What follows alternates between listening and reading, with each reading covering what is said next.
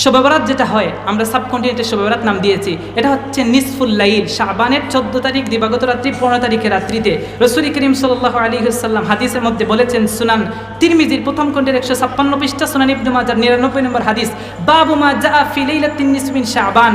তিরমিজির মধ্যে অধ্যায় টানা হয়েছে শাবানের মধ্য রজনী মানে 14 তারিখ দিবাগত রাত্রিতে। আয়েশা সিদ্দিকা রাদিয়াল্লাহু তাআলা আনহা বলেন, একদিন আমি রাসূলকে খুঁজে পেলাম না, আমি গেলাম, গিয়ে দেখলাম রাসূল করিম সাল্লাল্লাহু আলাইহি ওয়াসাল্লাম আমি দেখলাম রাসূল করিম সাল্লাল্লাহু আলাইহি ওয়াসাল্লাম জিয়ারত করছেন। কোথায়? আমি দেখলাম জান্নাতুল বাকিতে। সুবহানাল্লাহ বলেন। আমি জিজ্ঞেস করলাম রাসূল এখানে আসছেন? রাসূল বলেন, আজকে রাত্রি এমন একটা রাত্রি আল্লাহ রাব্বুল আলামিন তার রহমত নিয়ে প্রথম আসমানে নাজিল হন অথবা রহমত নাজিল করেন, তিনি তার বান্দাদেরকে মাফ করে দেন। সুবহানাল্লাহ বলেন। রাসূল করিম সাল্লাল্লাহু আলাইহি ওয়াসাল্লাম শাবানের মধ্য রজনী অনেক হাদিস বর্ণনা করেছেন ফজিলতের। এই রাত্রিতে আল্লাহ রাব্বুল আলামিনের বেশি বেশি করে ইবাদত করতে কোনো সন্দেহ আছে? ইবাদত করলে গুনাহ হবে?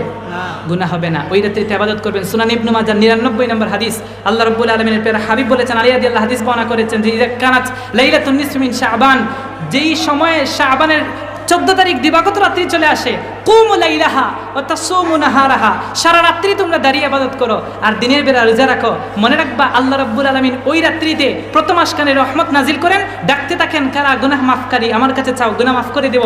আমার কাছে রিজেক্ট চাও, রিজেক্ট দিব। কারা অসুস্থ আমার কাছে বিপদগ্রস্ত হয়ে আছে, আমার কাছে চাও, আমি তোমাদের বিপদ দূর করে দেব। সুবহানাল্লাহ। তাহলে এই তিনটা জিনিস আপনাদেরকে দিয়ে গেলাম, যদি পারেন তাহলে একটু রাইখেন মাথার মধ্যে। 1 নম্বর রাসূল করিম সাল্লাল্লাহু আলাইহি ওয়াসাল্লামের খুসুসিয়ত, 2 নম্বর রাসূল করিম সাল্লাল্লাহু আলাইহি ওয়াসাল্লামের মিরাজ হয়েছিল সশরীরে, সত্য ঘটনা, ঠিক কিনা বলেন?